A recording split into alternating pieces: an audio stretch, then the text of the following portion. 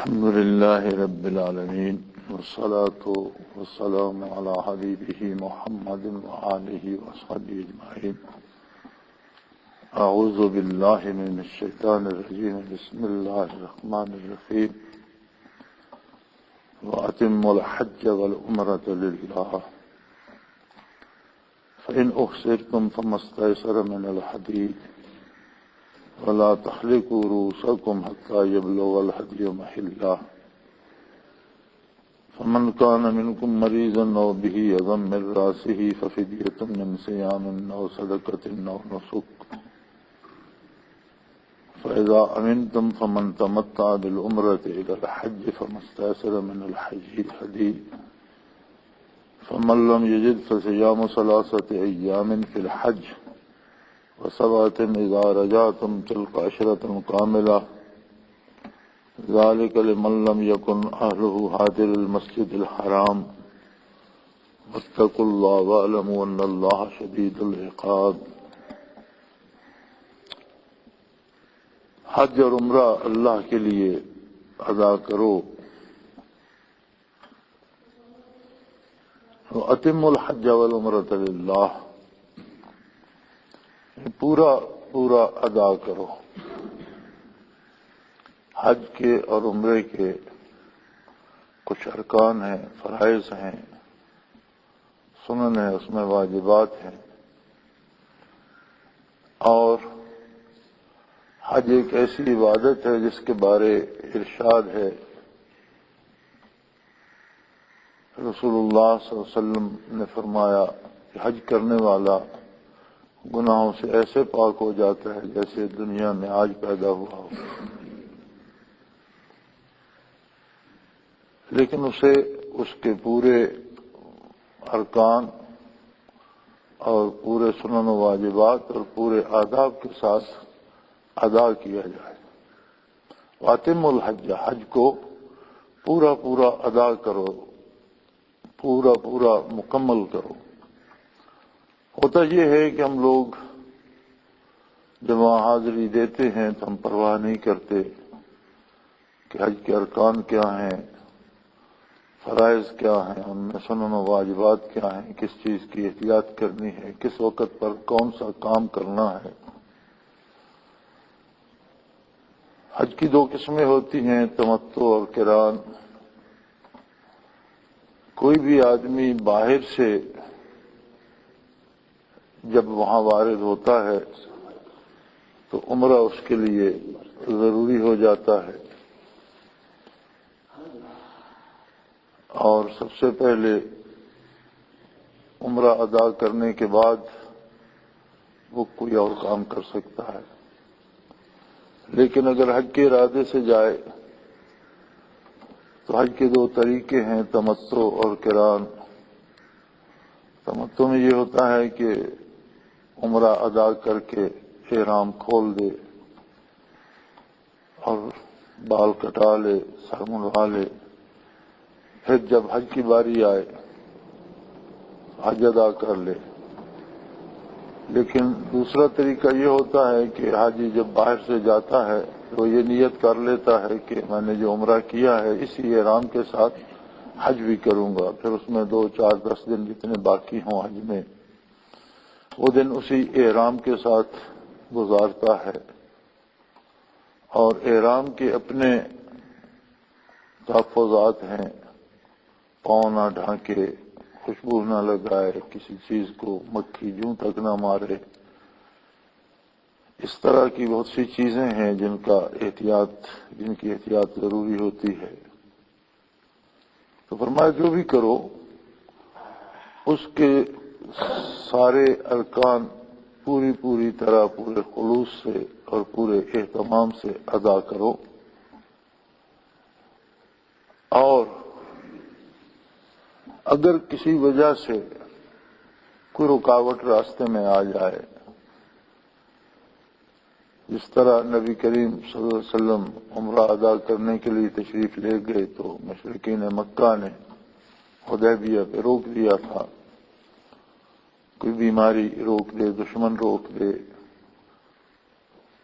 جانے کی کوئی وسائل پیدا نہ ہو سکتے ہوں تو کم از کم قربانی کو وہاں پہنچا دیا جائے اور تب تک سر نہ منڈوایا جائے جب تک قربانی اپنی جگہ پر پہنچ نہیں جاتی۔ سر منڈانے میں بھی رعایت ہے، اگر تم میں کوئی بیمار ہو یا اس کے سر میں کوئی تکلیف ہو کہ وہ منڈا نہیں سکتا، سر پورا بھی منڈوایا جاتا ہے جیسے اس طرح سے بھی، اور کینچی سے بھی اگر سر سے بال ہر طرف سے تھوڑے تھوڑے کاٹ دیے جائیں تو بھی درست ہے۔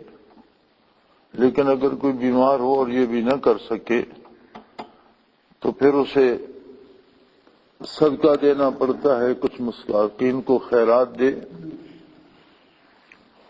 یا پھر فدیہ دے اور یا روزے رکھے، اور جب امن میں ہو اور تمتع کرے عمرہ سے حج کے ساتھ تو جو قربانی اسے میسر ہو وہ دے۔ اگر قربانی میسر نہ ہو تو پھر 3 روزے ایام حج میں رکھے اور 7 روزے جب واپس اپنی جگہ پر پہنچے تو رکھے، اور یہ 10 روزے پورے کرے۔ اور یہ سارے احکام ان لوگوں کے لیے ہیں جو باہر سے آتے ہیں، آفاقی ہیں، سکنی نہیں ہیں۔ جو حرم کے اندر رہتے ہیں ان کے احکام الگ ہیں، جو حرم میں باہر سے حاضری دیتے ہیں یہ احکام ان کے لیے ہیں۔ اور بنیادی بات یہ ہے کہ واتقوا اللہ، اپنا معاملہ رب جلیل کے ساتھ، اللہ کے ساتھ درست رکھو۔ صرف یہ نہ سمجھو کہ لوگوں میں حاجی کہلانے سے بڑی بات بن جائے گی یا گھوم پھر جانے سے بہت کچھ ہو جائے گا۔ حج کے ارکان کا پورا خیال رکھو، فرائض واجبات سنن کو اپنے اپنے موقع پر پوری احتیاط سے ادا کرو، ارکان حج کا پورا لحاظ کرو۔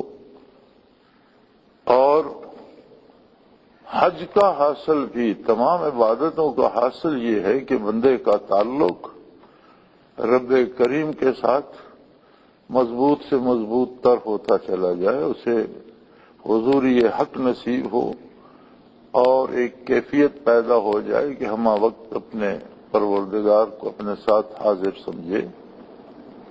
اللہ ہر وقت ہر جگہ موجود ہے۔ ہم نے اپنی کسی کوشش یا کاوش یا دعا یا عبادت یا بلاوے سے اللہ کریم کو بلانا نہیں ہے۔ اللہ کریم تو ہر وقت ہر جگہ موجود ہے۔ وَهُوَ مَعَكُمْ أَيْنَمَا كُنتُمْ، تم کبھی بھی کہیں بھی ہو اللہ تمہارے ساتھ ہے۔ تو پھر یہ حضوری حق کے لیے محنت کیا معنی رکھتی ہے؟ حضوری حق سے مراد یہ ہے کہ ہمیں بھی اس کا ادراک ہو۔ اللہ تو موجود ہے لیکن ہم غائب ہوتے ہیں حضور حق سے بھی اور اس احساس سے بھی کہ اللہ ہمارے پاس موجود ہے۔ ہمارا احساس بھٹک جاتا ہے، ہمارا احساس مر جاتا ہے، ہمیں یہ خیال نہیں رہتا کہ اللہ کریم موجود ہے۔ تو عبادات سے انسان کی اپنی ذات کی اور ان کیفیات کی تعمیر ہوتی ہے۔ عبادات آدمی کی ضرورت ہے۔ جو بھی اللہ کریم نے فرائض عطا فرمائے ہیں تو فرض کا لغوی مفہوم بھی اگر تلاش کیا جائے تو یہ بنتا ہے کہ کسی کو ایسی چیز عطا کر دی جائے جس کے بغیر اس کی زندگی ممکن نہ تھی، جس کا وہ انتہائی ضرورت مند تھا، جس کی اسے اشد ضرورت تھی، وہ چیز اسے عطا کر دی جائے تو اسے فرض کہتے ہیں۔ تو فرائض کوئی بوجھ نہیں لادا گیا بلکہ نوع انسانی فرائض کے بغیر بنی آدم تو ہے، انسان نہیں بن سکتا۔ ایک حیوان ناطق تو ہے ایک ایسا حیوان ہے جو باتیں کر سکتا ہے، سمجھ سکتا ہے، لکھ پڑھ سکتا ہے، لیکن اس میں انسانیت تب آتی ہے جب اللہ کی طرف سے فرائض اسے نصیب ہوتے ہیں، اس سعادت سے بہرہ ہوتا ہے، تو جو کیفیت اس کے اندر بنتی ہے وہ اسے انسان بناتی ہے۔ مسلمان کا مفہوم لفظی تو ہے ماننے والا، تسلیم کرنے والا، لیکن اس کا حاصل یہی ہے کہ وہ ایک بہترین انسان بن جائے اور ہر عبادت اسے بہتری کی طرف لے کر چلے، اس کی سوچ بہتر ہو، اس کا کردار بہتر ہو، اس کے افعال بہتر ہوں، اور اللہ کی مخلوق کے لیے وہ ایک مفید انسان بنے، باعث تکلیف نہ بنے۔ تو عبادات اور فرائض کا یہ تصور اس ساری فکر کو لے کر چلنا چاہیے۔ حج ادا کرنے سے صرف حاجی صاحب کہلوانا مقصود نہیں ہے، بلکہ مقصد یہ ہے کہ انسان بالکل بدل جائے اور اسے قرب الہی نصیب ہو جائے، اور زندگی بھر کے کردار میں جب بھی کبھی کچھ وہ سوچنے لگے تو اسے احساس ہو کہ میرا اللہ میرے پاس ہے، بولنے لگے تو یہ احساس ہو کہ میرا اللہ میرے پاس ہے، میرا اللہ سن رہا ہے، کوئی کام کرنے لگے تو اسے پتا ہو کہ میرا اللہ میرے پاس ہے، وہ میری ہر حرکت کو دیکھ رہا ہے۔ تو آپ خیال فرمائیے کہ یہ احساس اگر کسی کو نصیب ہو جائے، اس کا شعور بیدار ہو جائے، تو وہ کتنا بھلا انسان بن جائے۔ ایسا انسان بن سکتا ہے جس پر فرشتے بھی رشک کریں۔ تو تمام عبادات سے مراد اور حاصل تقویٰ ہے۔ واتقوا اللہ، تقویٰ ایک ایسی نسبت ہے جو انسان کو مرضیات باری کے مطابق ڈھال دے۔ وَاعْلَمُوا، اور یہ بات بھی اچھی طرح یاد رکھو، ان اللہ شدید العقاب، اللہ کی سزائیں بھی بڑی سخت ہیں۔ نافرمانی کرنے والوں کو، لاپرواہی کرنے والوں کو، مخالفت کرنے والوں کو اگر سزا دے گا تو سزائیں بھی اس کی بڑی سخت ہیں۔ کسی کو اگر حرم کی حاضری نصیب ہوتی ہے، بیت اللہ شریف تک اس کی ایمان کے ساتھ رسائی ہوتی ہے، تو یہ اللہ کا ایک انتہائی کرم ہے۔ لیکن اگر وہاں پہنچ کر وہ پرواہ نہیں کرتا، سستی کرتا ہے، کوتاہی کرتا ہے، اور وہاں جا کر اسے جو ایک احساس حاصل ہونا تھا کہ اللہ بہت بڑا ہے اور میں اس کی عاجز مخلوق ہوں، اس سے گزر کر وہ اپنی بڑائی کے ذوم میں مبتلا ہو جاتا ہے کہ میں بڑا پارسا ہوں اور میں نے بہت نیکی کی اور میں حاجی صاحب ہو گیا، تو یہ کام بالکل ہی بدل گیا، بات ہی بدل گئی، کام الٹ ہو گیا۔ تو اس طرح سے بجائے اس کے کہ اسے اللہ کا قرب نصیب ہو، ڈر اس بات کا ہے کہ کہیں اس بات پہ اللہ کریم ناراض نہ ہو جائے، اور اگر وہ ناراض ہو جائیں تو اللہ کے عذاب بھی بڑے سخت ہیں۔ الحج اشہر معلومات، حج معلوم مہینے ہیں چند جو حج کے ہیں، جیسے شوال اور ذوالقعدہ کی 10 تاریخیں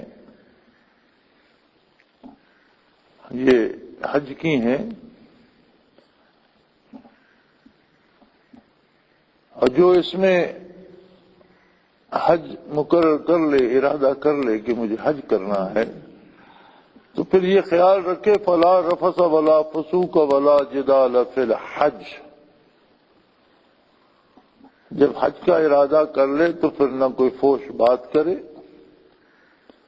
اور نہ نافرمانی کرے اور نہ کسی قسم کا کوئی جھگڑا کسی سے پیدا کرے۔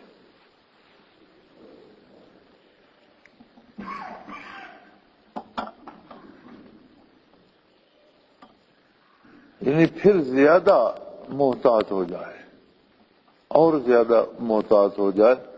وما تفعلوا من خیر یعلمہ اللہ، ایک اور بڑی باریک بات کی طرف توجہ دلائی قرآن کریم نے کہ انسان اپنی زندگی میں اکثر اس بات پہ اڑا رہتا ہے کہ میں ایسا کروں گا تو لوگ کیا کہیں گے۔ کبھی تو وہ اس بات میں ایسے جرم اور ایسے گناہ اس سے سرزد ہو جاتے ہیں جو شرعاً حرام ہوتے ہیں، وہ سمجھتا ہے کہ ایسا کرنے سے لوگ مجھے بڑا آدمی سمجھیں گے۔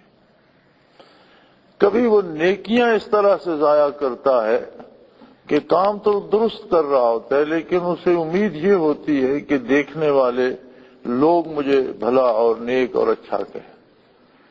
تو فرمایا یہ بہت ہی غلط سوچ ہے۔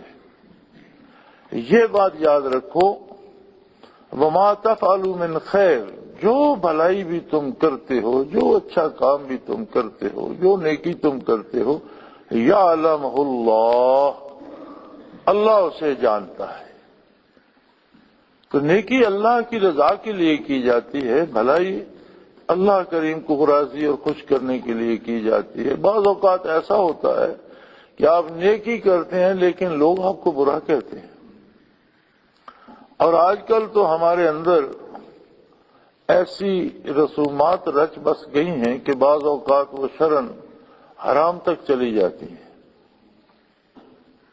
شادی بیاہ کی رسمیں دیکھ لیجئے، موت کی رسمیں دیکھ لیجئے۔ اب ایک بندہ فوت ہوتا ہے، اس کے بچے نابالغ رہ جاتے ہیں، تو جب تک وہ وراثت تقسیم نہیں ہوتی، پھر جب تک وہ بالغ نہیں ہوتے، ان کا مال کھانا تو حرام ہے، لیکن لوگ دعوتیں اڑاتے ہیں۔ ایک آدمی بیمار ہے، کوئی اس کی دوا نہیں پوچھتا، کوئی اس کی خیریت نہیں پوچھتا، جب مر جاتا ہے تو لاکھوں روپے خرچ کرتے ہیں اور دعوتیں اڑتی ہیں اور کھانے پکتے ہیں۔ تو یہ چیزیں حرام ہیں، لیکن بندہ کیوں کرتا ہے؟ شاید اس لیے کہ وہ سمجھتا ہے کہ لوگوں کی نظروں میں اچھا کہلاؤں گا۔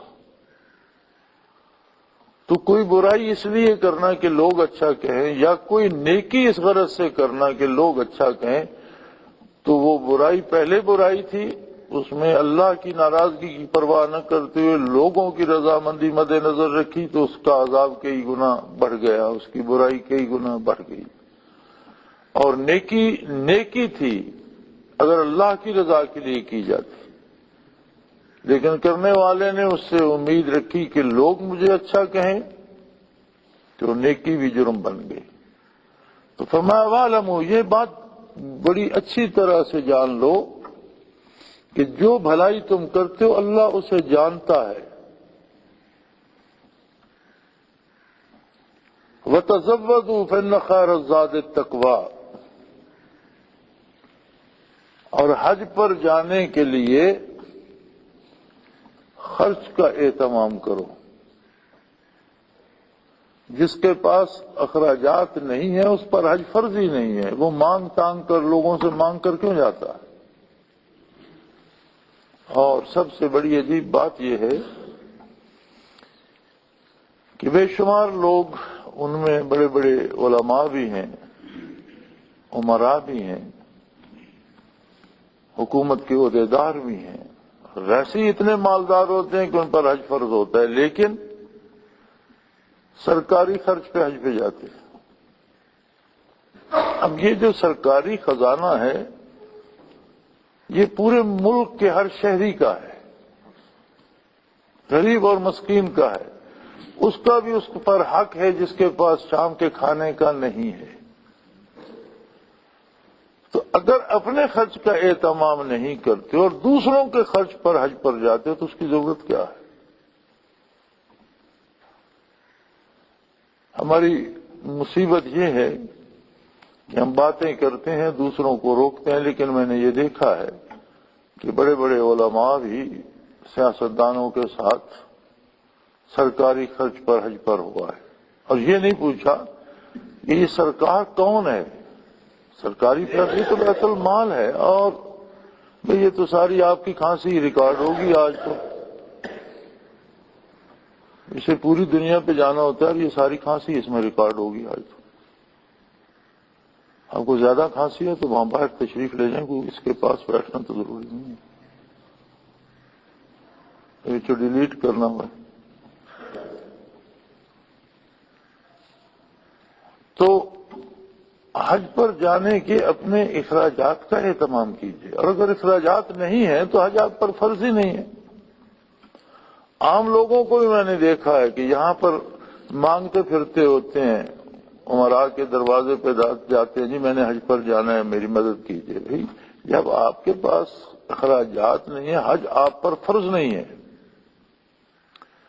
پھر عامہ الناس کو دیکھیں تو بے شمار لوگ مجھ سے بھی ملتے ہیں, جی بڑی آرزو ہے حج پر جانے کی. تو میں پوچھا کرتا ہوں کہ حج تو آپ پر فرض نہیں ہے. آپ کہہ رہے ہیں بڑی آرزو ہے, پیسے نہیں ہیں. جب پیسے نہیں ہیں تو حج تو آپ پر فرض نہیں ہے. لیکن جو باتیں آپ پر فرض ہیں وہ آپ نے پوری کر لی. یعنی صرف حج ہی تو نہیں ہے نا, حج بھی تو اللہ کا ایک حکم ہے کہ آپ پورا کرتے ہیں. اور یوں تو مکے میں ابو لہب اور ابو جہل بھی رہے ہیں, وہیں پیدا ہوئے, وہیں مر گئے. ابو لہب مکے میں دفن ہے اور ابو جہل بدر میں دفن ہے. لیکن کیا بدر میں دفن ہونا اور مکہ مکرمہ میں دفن ہونا, یہ وہاں پیدا ہونا, وہاں عمر بسر کرنا انہیں کوئی فائدہ دے سکا؟ میرا مکہ مکرمہ جانا مقصد نہیں ہے. مقصد ہے اللہ اور اللہ کے رسول صلی اللہ علیہ وسلم کی اطاعت اور فرما برداری. اب جو چیز اللہ نے کسی پر فرض نہیں کی اس کا تو اسے بڑا شوق ہے, اور جو فرائض اس کے ذمے ہیں ان کی اسے فکر ہی نہیں. تو فرمایا یہ صحیح نہیں ہے. وتزودوا, اپنے اخراجات کا اہتمام کرو, تم پر حج فرض ہے. حج اس بندے پر فرض ہے جس کے پاس اپنے آنے جانے کے عام کا خرچ بھی ہو, اور جتنا عرصہ اسے گھر سے باہر رہنا کی امید ہے اتنے عرصے کے اخراج بچوں کو بھی اخراجات دے کر جائے تاکہ وہ کسی کے محتاج نہ ہو.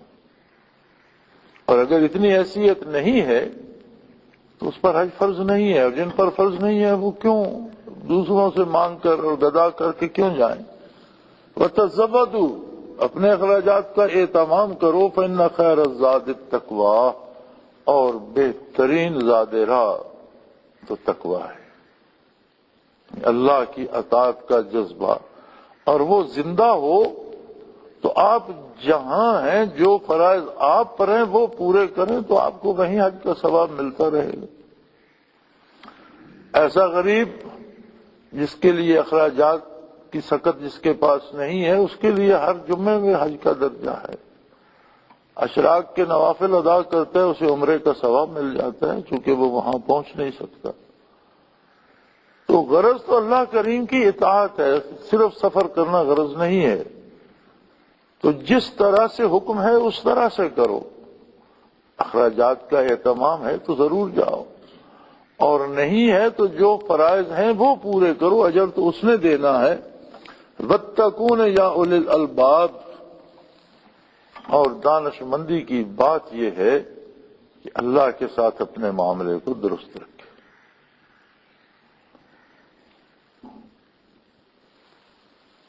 لیس علیکم جناح ان تبتغوا فضلا من ربکم اذا افضتم من عرفات فاذکروا اللہ عند المشعر الحرام واذکروه کما ہداکم وان کنتم من قبلہ لمن الضالین. کوئی حرج نہیں ہے کہ دوران حج بھی اگر تم روزی کما لو تو کوئی حرج نہیں ہے. روزی کمانے کی غرض سے حج پر جانے سے حج ادا نہیں ہوتا. کوئی اس نیت سے جائے کہ وہاں جا کر میں پیسے کما لوں گا, وہاں سے سونا سستا ملتا ہے خرید کر لے آؤں گا, وہاں سے وہ چیز سستی ملتی ہے وہ لے آؤں گا, یہاں کے بیچ لوں گا پیسے کما لوں گا, اس نیت سے جائے تو حج نہیں ہوگا. حج کی نیت سے گیا اور وہاں رہتی ہوئی مزدوری مل گئی, یا کوئی پاس چیز تھی وہ اچھے داموں بک گئی, یا کوئی چیز سستی خرید لی, تو وہ منع نہیں ہے. یعنی غرض اور مقصد حج ہو تو ساتھ مزدوری یا تجارت کر لینا منع نہیں ہے, اور مقصد ہی پیسہ کمانا, مزدوری کرنا یا تجارت کرنا ہو تو پھر حج نہیں ہوتا. تو اگر خلوص سے نیت سے حج کے لیے جاؤ اور وہاں موقع ملے تو تم اللہ کی طرف سے رزق جو نصیب میں ہے کما لو تو کوئی حرج نہیں. اور جب عرفات سے واپس ہوتے ہو فاذکروا اللہ عند المشعر الحرام، تو پھر شب کا قیام جب مزدلفہ میں ہوتا ہے تو کثرت سے اللہ کا ذکر کرو. یعنی تمام عبادات کا، جیسے میں پہلے عرض کر چکا ہوں، حاصل یہ ہے کہ بندے کا یہ شعور بیدار ہو جائے کہ اسے ہمہ وقت اللہ کی معیت نصیب ہو اور اسے یہ بات یاد رہے کہ میرا اللہ میرے ساتھ ہے. تو ذکر الہی کیا ہے؟ فاذکروا اللہ. ذکر کیا ہے؟ اللہ کا کیا ذکر کریں؟ اللہ کو یاد رکھنا ہی اللہ کا ذکر ہے. اگر ہم کوئی کام کرتے ہیں اور اس میں اللہ کی رضا مقصود ہے تو یہ بھی ذکر ہے، وہ کام بھی عملی ذکر ہے. تمام عبادات چونکہ ان میں اللہ کی یاد موجود ہے، اللہ کے حکم اس کے مطابق کی جاتی ہیں، وہ سب عملی ذکر ہے. دوسرا ذکر ہے لسانی، زبانی، کہ جب بھی ہم کوئی نیک بات کرتے ہیں، جب بھی قرآن کی تلاوت کرتے ہیں، جب بھی حدیث شریف پڑھتے ہیں، نیکی کا حکم دیتے ہیں، کسی کو بھلا مشورہ دیتے ہیں، کوئی بات زبان سے جو اچھی نکلتی ہے وہ لسانی ذکر ہے. اور اگر کوئی زبان سے صرف اللہ کا نام ہی لیتا رہے تو بہت اچھی بات ہے، اللہ اللہ کرتا رہے تو. تیسری قسم ہے کہ یہ ذکر، یہ یادیں دل میں رچ بس جائیں، اور وہ مقصد ہے، مقصد حیات ہے کہ یاد الہی دل میں ایسی رچ بس جائے کہ دل دھڑکنا بھول جائے لیکن اللہ اللہ کرنا نہ بھولے. موت آ جائے، زندگی منقطع ہو جائے لیکن یاد الہی منقطع نہ ہو. اور یہ ان لوگوں کو نصیب ہوتا ہے جو ساری زندگی اللہ کی یاد کو دل میں بسائے رکھتے ہیں. وہ دل ایسا آباد ہو جاتا ہے کہ اسے موت بھی ویران نہیں کر سکتی. موت بھی انہی دلوں کو ویران کرتی ہے جو زندگی میں ویران ہوتے ہیں. ایسے دل جو زندگی میں یاد الہی سے محروم ہوتے ہیں انہیں موت بھی ویران کر دیتی ہے کہ زندگی میں حیات جسمانی کے ساتھ رشتہ تو تھا، موت وہ رشتہ بھی کاٹ دیتی ہے. لیکن جو دل زندگی میں یاد الہی کو اپنے اندر سمو لیتے ہیں اور ہر آن ہر لمحہ حضور حق انہیں یاد رہتا ہے، موت ان سے حضور حق نہیں چھین سکتی، موت انہیں اللہ کی یاد سے جدا نہیں کر سکتی. تو فرمایا یہ مقصد ہے مشعر حرام کے ساتھ کی جگہ اللہ کا ذکر کرو. چونکہ قریش اسلام سے پہلے تو اپنے آپ کو کعبہ کا مجاور سمجھتے تھے، اور اگرچہ ان میں بھی کچھ رسومات حج کی باقی تھیں لیکن انہوں نے بگاڑ بہت دی تھی. اپنی تھانیداری قائم رکھنے کے لیے انہوں نے ایک طریقہ یہ نکالا کہ احرام کی جگہ جسے اہل مکہ یا جسے قریش یا وہ مکہ کے دوسرے قبائل وہ دیں لباس، وہ پہن کے طواف کرے. اگر ان سے لباس نہ مل سکے یا وہ اجرت نہ دے سکے، لباس نہ لے، تو پھر بغیر لباس کے بے لباس ہو کر طواف کرے. پھر اچھلتے کودتے سیٹیاں بجاتے، اسی طرح مشعر حرام تک تو جاتے تھے لیکن وہاں جا کر بھی اپنے باپ دادا کے قصے چھیڑ دیتے اور اپنی بڑائی کی باتیں کرتے. تو فرمایا یہ درست نہیں ہے، بلکہ فاذکروا اللہ عند المشعر الحرام واذکروہ کما ھداکم، اور اس کا ذکر بھی اس طرح سے کرو جس طرح سے اس نے حکم دیا ہے.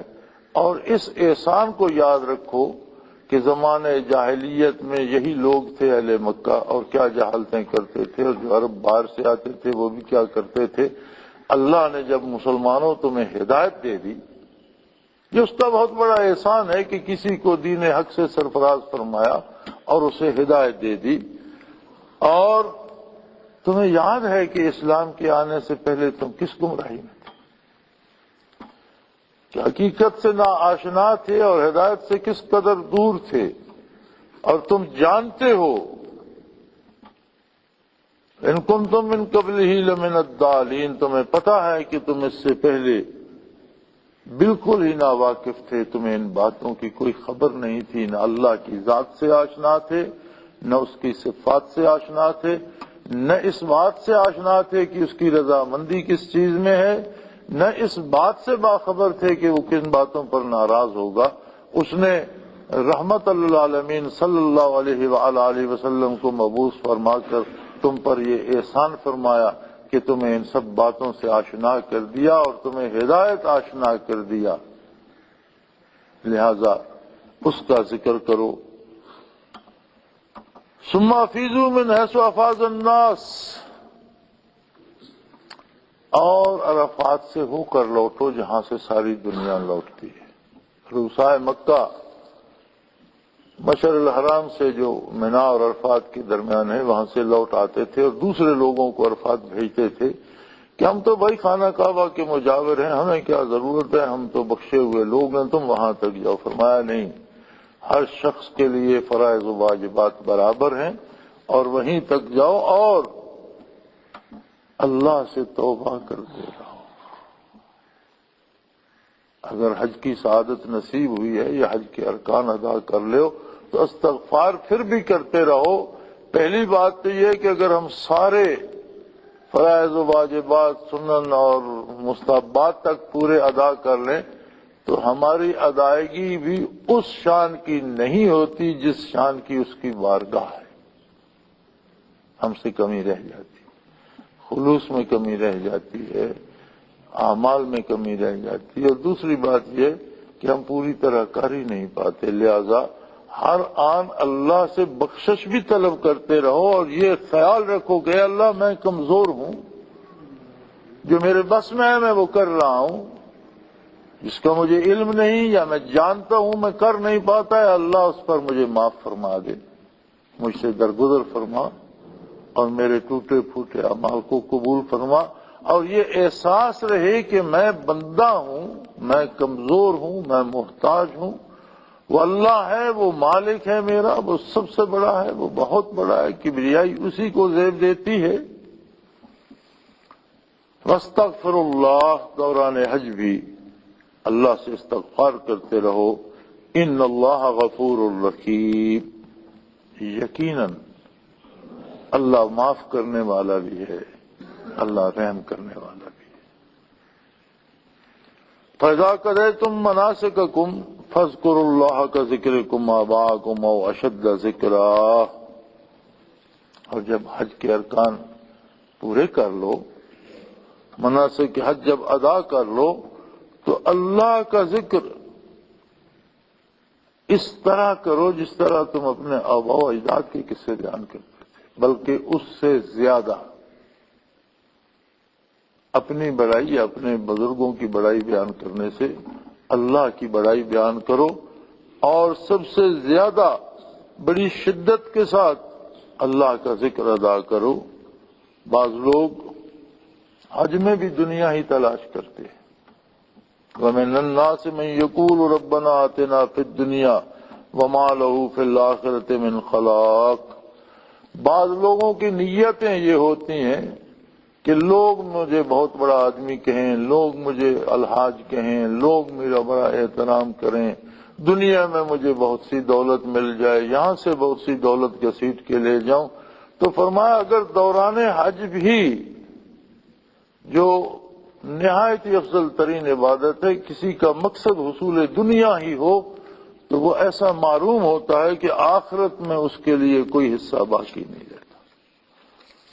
وَمَا لَهُ فِي الْآخِرَةِ مِنْ خَلَاقٍ وَمِنْهُمْ، کچھ لوگ ایسے ہوتے ہیں مَن يَقُولُ رَبَّنَا آتِنَا فِي الدُّنْيَا حَسَنَةً وَفِي الْآخِرَةِ حَسَنَةً وَقِنَا عَذَابَ النَّارِ، وہ اس بات کو یاد رکھتے ہیں کہ اللہ دنیا میں بھی مجھ پر رحم فرما، مجھے بھلائی عطا فرما، آخرت میں بھی مجھ پر رحمت فرما، میری خطاؤں سے درگزر فرما، اور مجھے بھلائی عطا فرما، اور اے اللہ ہمیں آگ کے عذاب سے بچا لے، وقنا عذاب النار، یا اللہ آگ کے عذاب سے محفوظ رکھ۔ اولئک لہم نصیب مما کسبوا، یہ ایسے لوگ ہیں جو دونوں جہانوں میں اپنی محنت کا بہت بڑا صلہ پاتے ہیں۔ اولئک لہم نصیب مما کسبوا، یہ ایسے لوگ ہیں جنہیں ہر وقت دنیا میں بھی انسان کو رہنا ہے، انسان محتاج ہے، اس کی ضروریات ہیں اور سب اللہ کریم نے ہی پورا کرنی ہے، تو وہ دنیا بھی اللہ سے مانگتا ہے لیکن اس کے ساتھ آخرت بھی رب جلیل سے مانگتا ہے، اور یہ یاد رکھتا ہے کہ اللہ میں تیری مخلوق ہوں، میں عاجز ہوں، میں دنیا میں بھی محتاج ہوں، مجھے دنیا میں بھی بہتری عطا فرما اور مجھے آخرت میں بھی بہتری عطا فرما اور مجھے آگ کے عذاب سے محفوظ رکھ۔ فرمایا یہ وہ لوگ ہیں جنہیں یہ بات یاد رہتی ہے کہ جو عمل وہ کر رہے ہیں اس کا بہت بڑا اجر انہیں ملے گا، واللہ سریع الحساب، اور کوئی دیر نہیں ہے، اللہ بہت جلد حساب کرنے والا ہے، اللہ حساب میں دیر نہیں فرمائے گا۔ بڑا عجیب نظام ہے رب العالمین کا، انسان کی سمجھ اور اس کی دانش کا قصور ہے، ورنہ برائی کی جو تکلیف اور دکھ ہے وہ دنیا میں بھی نقد ملتا ہے۔ آدمی اگر غلط کاری کرتا ہے یا اللہ کے احکام سے روگردانی کرتا ہے اور عظمت الہی کو نہیں سمجھتا تو دنیا میں بھی اس کی سانسیں بھی اس کے لیے عذاب بن جاتی ہیں، اس کے دل کو سکون نہیں ملتا، اس کے دل پر آخرت کا پرتو پڑتا رہتا ہے، اور اگر آخرت میں وہ اپنے لیے جہنم خرید رہا ہے تو اس کی تپش یہاں دنیا میں بھی اس کے دل کو پہنچتی رہتی ہے، اسے سکون نصیب نہیں ہوتا، اور نیکی کرتا ہے تو آخرت میں بھی درجات بلند ہوتے ہیں اور یہاں بھی اسے سکون و اطمینان نصیب ہوتا ہے، دنیا میں بھی اس کی ٹھنڈک اور اس کی خوشبو اسے نصیب ہوتی رہتی ہے۔ تو اللہ کے حساب میں تاخیر نہیں ہے، ان اللہ واللہ سریع الحساب، اللہ بڑا نقد و نقد حساب کرتا ہے، فوراً ادائیگی ہوتی، جو کچھ بندہ کرتا جاتا ہے اس کی اسے ادائیگی بھی فوراً ہوتی چلی جاتی ہے۔ یہ الگ بات ہے کہ وہ اسے سمجھے یا نہ سمجھے۔ نیکی دل کو ٹھنڈک پہنچاتی ہے، سکون پہنچاتی ہے، اطمینان سے جیتا ہے بندہ، اور برائی بے سکونی پہنچاتی ہے، اور گولیاں کھائے نیند کی تو بھی نیند نہیں آتی۔ لوگ دکھوں کو بھلانے کے لیے نشے پیتے ہیں، بے ہوش ہو جاتے ہیں، لیکن جب ہوش آتی ہے تو دکھ کئی گنا بڑھ چکے ہوتے ہیں، بلکہ وہ نشہ پینے کا ایک دکھ اور مزید ہو جاتا ہے، مال ضائع کرنے کے ایک دکھ اور نصیب ہو جاتا ہے، آبرو ضائع کرنے کا دکھ اور بڑھ جاتا ہے۔ اور اگر اللہ کی اطاعت کی جائے، آخرت کا دھیان رکھا جائے اور یہ دعا کی جائے کہ اللہ میں کمزور ہوں، دنیا میں بھی مجھ پر آسانیاں فرما، میری مدد فرما، مجھے اپنی نعمتوں سے بہرہور فرما، اور آخرت میں بھی مجھ پر احسان فرما اور مجھے آگ سے بچا لے، تو فرمایا یہ وہ لوگ ہیں جنہیں ان کا اجر دنیا میں بھی آخرت میں بھی ملتا ہے۔ اور یہ مت سمجھو کہ کب آخرت آئے گی تو حساب ہوگا، حساب کتاب ساتھ ساتھ بے باک ہوتا جا رہا ہے، گھبراؤ نہیں۔ دنیا میں بھی زندگی انگاروں پر لوٹ جاتی ہے اللہ کی نافرمانی کرنے سے، اللہ کی اطاعت کرنے سے گل و گلزار ہو جاتی ہے۔ وَاذْكُرُوا اللَّهَ فِي أَيَّامٍ مَّعْدُودَاتٍ، جو گنتی کے دن ہیں، جو حج کے مقرر دن ہیں، انہیں اللہ کا ذکر کرتے رہو۔ فَمَن تَعَجَّلَ فِي يَوْمَيْنِ فَلَا إِثْمَ عَلَيْهِ وَمَن تَأَخَّرَ فَلَا إِثْمَ عَلَيْهِ، قربانی کے بعد اگر کوئی مینا میں 2 دن ٹھہرنا چاہتا ہے تو بھی گناہ نہیں ہے، اور کوئی اگر 1 دن پہلے آنا چاہتا ہے طواف وداع کے لیے تو بھی اس پہ کوئی حرج نہیں ہے۔ اور یہ سب کچھ اللہ سے ڈرنے والوں کے لیے لمن اتقا واتقوا اللہ واعلموا انکم الیہ تحشرون۔ اور کتنی دفعہ احکام حج میں اس بات کو کتنی دفعہ دہرایا گیا کہ اس بات کا خیال رکھو کہ تمہیں اللہ سے تعلق جو ہے وہ مضبوط کرنا ہے، اللہ سے رشتہ استوار کرنا ہے، حضور حق کو تم نے دل میں جا گزیں کرنا ہے۔ حج کرنے کا حاصل یہ ہے کہ حج کے بعد کہیں بھی جاؤ تو تمہارا پروردگار تمہارے ساتھ ہو، تنہا ہو یا مجلس میں ہو، ہر وقت تمہارا اللہ تمہارے ساتھ ہو، گھر میں ہو یا سفر میں ہو، تمہارا اللہ تمہارے ساتھ۔ یہی حج کا حاصل ہے، اور اسی پر خاتمہ بالایمان نصیب ہوگا، اسی سے قبر روشن ہوگی، اسی سے برزخ روشن ہوگا، اسی سے حشر کے دن عزت نصیب ہوگی، اسی سے آگ کا بچاؤ نصیب ہوگا۔ اور اگر محض رسمیں ادا کرتے رہے اور حضور حق نصیب نہ ہوا تو کتنا بڑا بد نصیب ہے وہ شخص کہ جو حج کا سفر کر کے حرم سے ہو کر پھر بھی محروم رہے۔ لہذا واتقوا اللہ، اللہ کی نسبت کو زندہ رکھو، واعلموا، اور یہ بات یاد رکھو، یہ بات ذہن میں پکی کر لو، انکم الیہ تحشرون، تمہیں مڑ کر اللہ کی بارگاہ میں حاضر ہونا ہے۔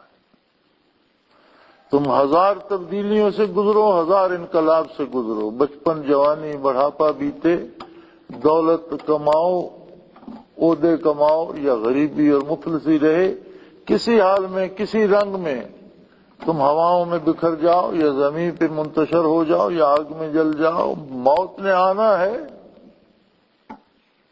اور موت واپسی ہے بارگاہ الوہیت کی طرف، تمہیں واپس اس کے حضور حاضر ہونا ہے۔ لوگوں کی عجیب قسمیں ہیں جن کا ذکر آگے آ رہا ہے، نماز کا وقت ہوا چاہتا ہے، اللہ کریم قبول فرمائے۔ سارے حج پر بحث کر کے بھی ہمیں حاصل یہ ہوا کہ اللہ کے احکام کی اطاعت ضروری ہے اور خلوص دل سے ضروری ہے، اور جو فرائض ہیں ان کی ادائیگی ضروری ہے۔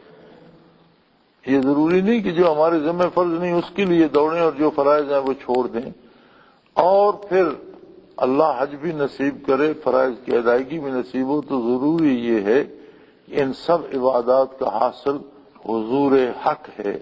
اللہ کریم سب کو نصیب فرمائے۔ وآخر دعوانا الحمدللہ رب العالمین۔